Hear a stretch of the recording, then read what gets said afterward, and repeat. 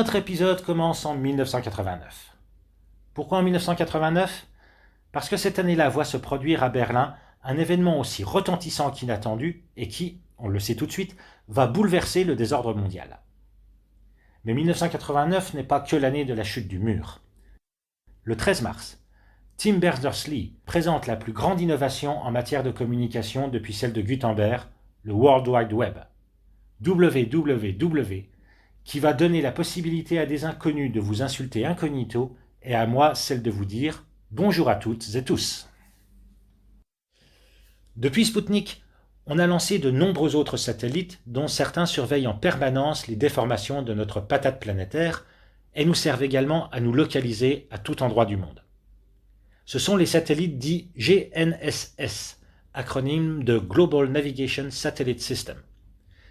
Beaucoup de pays disposent de leur propre constellation de satellites GNSS.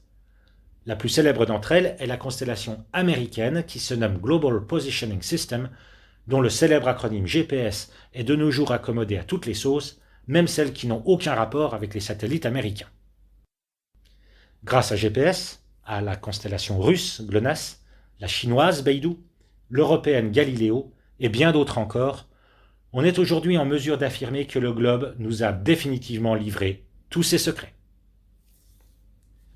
Mais au fait, comment des ordinateurs placés en orbite peuvent-ils nous servir à nous positionner sur notre indéfinissable planète ? Eh bien, c'est à la fois très simple et très compliqué. L'information diffusée par les satellites GNSS pour nous localiser, c'est l'heure. Entendez par là le moment précis, au milliardième de seconde, où le signal est émis par le satellite. On la reçoit après un certain délai, le temps qu'il y a fallu à l'onde radio pour arriver jusqu'à nous. Or, sa vitesse de propagation, qui est celle de la lumière bien sûr, est connue depuis la fin du XIXe siècle. On peut donc déduire de ce délai la distance qui nous sépare du satellite, qui est le produit du temps par la vitesse. On sait dès lors qu'on se situe sur une sphère ayant le satellite pour centre et la distance pour rayon, ce qui est insuffisant pour se positionner.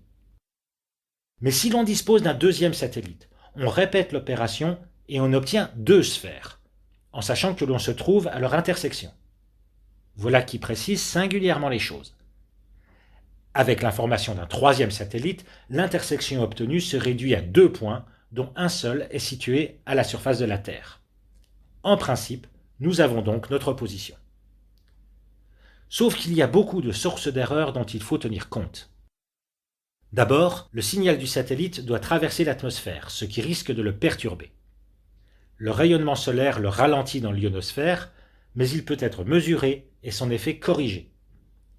La vapeur d'eau en suspension dans la troposphère le dévie, mais les aléas météorologiques sont résorbés par l'utilisation de stations de réception permanentes qui nous indiquent en continu les corrections à apporter aux signaux des satellites. Enfin et surtout, il faut tenir compte de l'inévitable décalage entre les différentes horloges, celle du récepteur au sol et celle de chacun des satellites qui, de plus, se déplaçant très rapidement à 20 000 km d'altitude, subissent un effet relativiste.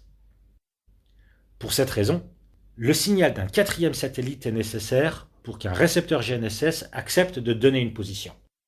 Il servira à calculer le réalignement des horloges de chacun des appareils utilisés et en outre permettra un positionnement d'autant plus précis et rapide. En conclusion de cet épisode qui clôt cette série sur la forme de la Terre au fil du temps, ajoutons qu'en 2022, 30% de l'économie mondiale était dépendante de la géolocalisation. Alors, les mises à jour régulières des mesures à la surface de notre planète en perpétuel mouvement ont encore de beaux jours devant elles. Je vous remercie de votre attention.